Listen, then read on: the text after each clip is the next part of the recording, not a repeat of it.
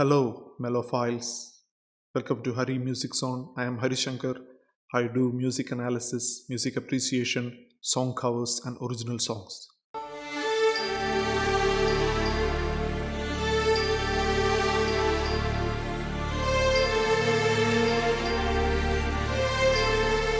Today, I would like to talk to you about the song Maro Maro from the 2003 Tamil language film Boys. The song Maro Maro portrays a combination of teenage temper tantrum and teen defiance.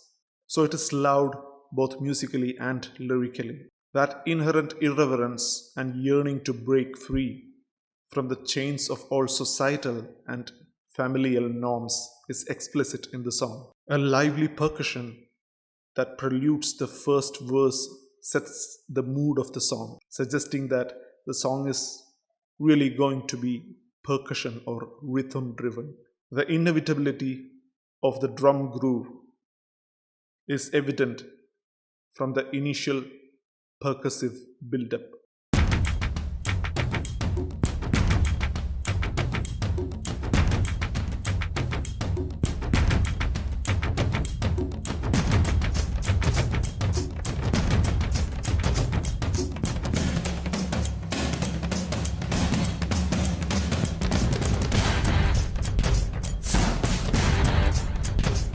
The percussive intro can be divided into four parts in terms of their degree of escalation.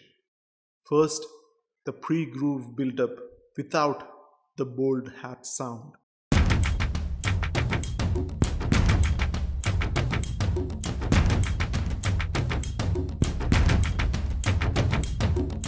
Second, the pre-groove build-up with the bold hat sound.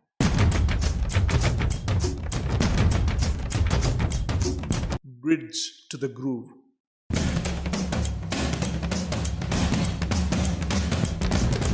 And fourth, the groove. It is this cumulative progression of the percussion that makes the groove, which is played through most part of the song, sound inevitable. Maro, Maro, Maro, Maro, boys play till tomorrow. Mere salam, naam se pe salam.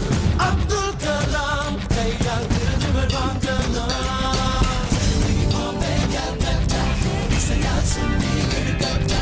London, Melbourne, Atlanta, Shindam Kaitanta.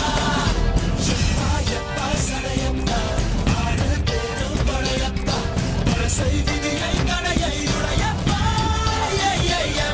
The opening lines blazon the ambitions and aspirations of fervent youth. You might have noticed that the song starts on a high note and continues on the same energy level, making the relentlessness and perhaps the naivety of teenage anarchy. Look at all those brilliant rhymes. Genuflect to Wale sir. I get goosebumps when the lyric refers to the great and the most beloved Indian aerospace scientist and our ex-president, late Sri APJ Abdul Kalam sir, in the line Abdul Kalam Kayyal Virdugal Vangalam. Because for a lot of Indians in my generation, including myself, Sri Abdul Kalam was our hero and role model in our teen years. The next part is a recurring chorus in the song, and here A Rahman does something really clever. Here the composer creates a rhythmic pattern or a rule, if you will, by repeating break the rules twice, and at the third time he breaks that rule or pattern. In short, break the rules breaks the rule. Break the rules! Break the rules! Break the rules! Break the rules! It gives us a glance of Sri A. Rahman's genius. The next two verses are sung to the same music aptly set to reflect teenagers' revolt against authority, in particular the parents and the society. One could see that Rahman Sar has kept the melody minimalistic. For example, in the second and third verses, there are long portions of repeated notes with a few anomalies.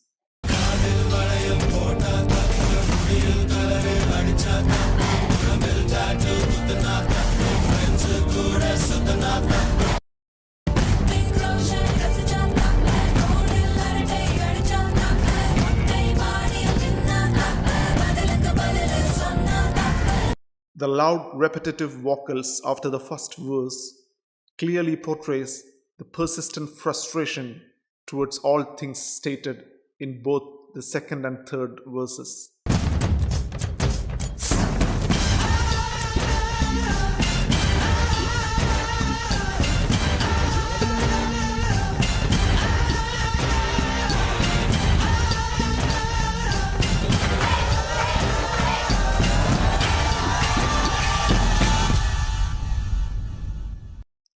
After this vocal loop, there is a drum break which paints a picture of a group of adults standing in circle around a fed up teenager and yelling at him or her from all directions equally loudly.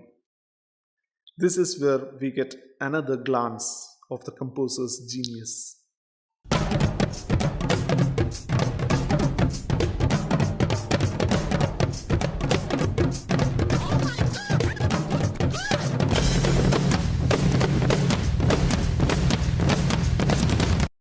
The second and third verses portray the extreme annoyance of any teenager who is forced to live by the rules of his or her parents and the society in general.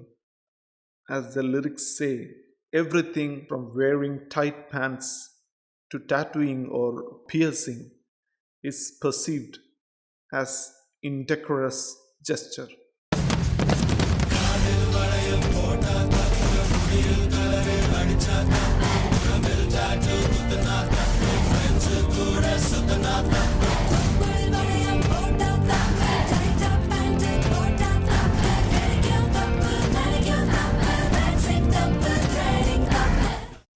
The most astoundingly progressive lines in the song is Panjum Neruppum Pata Tappu, Panjum Panjum Serunda Tappu.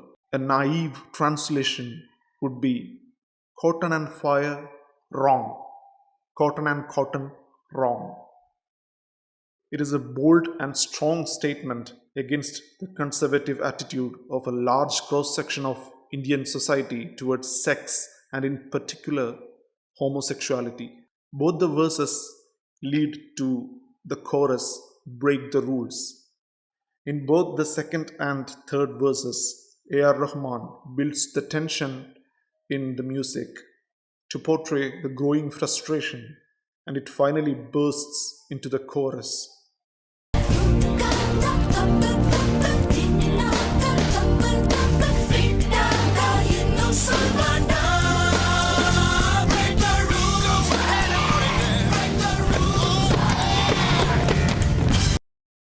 This build up to break the rules has a subtle counter melody that adds to its beauty. If you listen to that build up to break the rules again, you can clearly hear the counter melody. The main melody is ascending and the simultaneous counter melody is descending. It goes like Sagama Pani Sani Pamani. You'll understand it on a second or third listening. The distorted guitar riff that leads to the third verse clearly sounds exactly like steaming rage and frustration. Let me get